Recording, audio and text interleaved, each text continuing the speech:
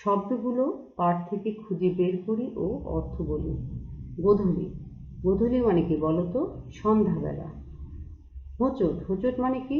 চলার সময় পা আটকে যাওয়া। চাল, চাল মানে কি? কৌশল বা ফন্দি।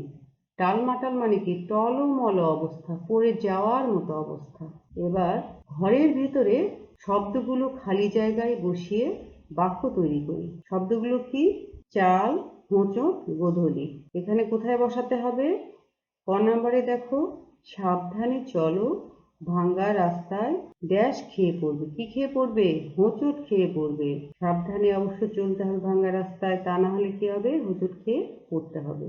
ঘুড়ি উড়াতে নানা কৌশল বা কি হবে? এখানে নানা চাল খাটাতে হয়। এখানে কৌশল কেন বলেছে বলো তো? চাল মানে কৌশল, তাই না? তাহলে ঘুড়ি উড়াতে নানা চাল খাটাতে হয়। গ নাম্বারে এখানে কি বলেছে? ড্যাশ বেলায় আকাশ নানা রঙে রঙিন হয়ে ওঠে। কি কি হবে বলো তো? গোধূলি। গোধূলি বেলায় আকাশ নানা রঙে রঙিন হয়ে ওঠে। কথাগুলো বুঝিয়ে নিই। বন মাথায়, বনের মাথায়। মন মাতায়, মনকে মাতায়। হালকা বায়, হালকা বাতাসে। টালমাটাল, টলমল অবস্থা, পড়ে যাওয়ার মতো অবস্থা। নাগাল পাওয়া, ধরতে পারা, কাছে যেতে পারা। মুখে মুখে উত্তর বলি ও লিখি। এখানে দেখো কি বলেছে? কবি কত রঙের ঘুড়ির কথা বলেছেন।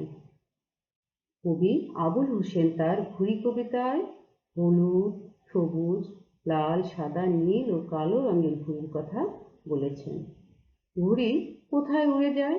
ঘুড়ি যেখানে উড়ানো হয় সেই স্থানে সকল গাছের অর্থাৎ বনের মাথায় উড়ে যায়। সেখানে চিলও ঘুড়ির নাগাল পায় না। এর পরের প্রশ্ন কি? ঘুড়ি যখন অনেক উপরে ওঠে তখন কেমন অবস্থা হয়? ঘুড়ি হালকা বাতাসে উঠতে থাকে, কিন্তু যখন এই সুতায় টান পড়ে তখন পড়ে যাওয়ার মতো অবস্থা হয়। ঘুড়িকে তখন কৌশলে উড়াতে হয়। ঘুড়ি কেটে যাওয়ার পরে কোথায় যায়?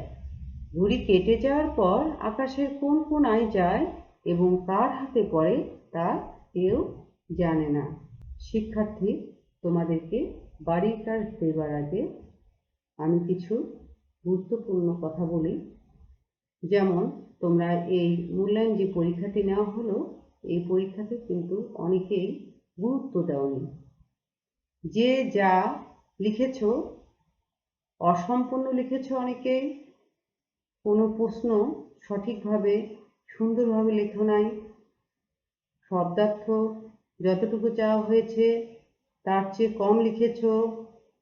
সঠিক উত্তর 5টি লিখেছ, কেউ 10টি পুরো লেখো নাই। হাতের লেখা তো অনেক খারাপ। আবার পরীক্ষার খাতা তোমরা ফটোকপি করে দিয়েছ। আবার কি করেছ? একই খাতায় অনেক লেখা আছে, অন্য লেখা আছে, সেখানে তোমরা পরীক্ষা দিয়েছ। তো এভাবে যদি পরবর্তীতেও অনলাইনে পরীক্ষা নিতে হয় তখন কিন্তু এই কাজগুলো করবে না, কারণ তখন কিন্তু আমরা মূল্যায়ন সঠিকভাবে করতে পারবো না। কারণ এই মূল্যায়নের মাধ্যমেই তোমাদেরকে হয়তোবা তখন পরবর্তী ক্লাসে উত্তীর্ণ হতে হবে।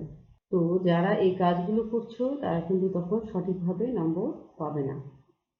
তাই আমরা যে ক্লাসগুলো নিচ্ছি সেগুলো গুরুত্ব সহকারে দেখবে এবং খাতায় লিখে রাখবে। আর পরীক্ষার সময় শুধু পরীক্ষার খাতা আলাদা আলাদা করে পরীক্ষা দেবে। যেমন বাংলা খাতায় বাংলা, শুধু ওই পরীক্ষার প্রশ্ন উত্তরগুলোই শুধু লিখবে, অন্য কোনো লেখা থাকবে না।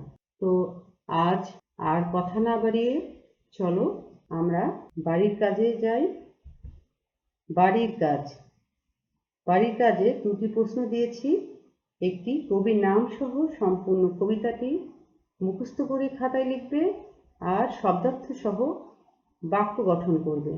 আর একটি কথা, হাতের লেখা সুন্দর হওয়ার জন্য প্রত্যেকদিন হাতের লেখা লিখবে। এতক্ষণ আমার সঙ্গে থাকার জন্য তোমাদেরকে অনেক অনেক ধন্যবাদ। আসসালামু আলাইকুম।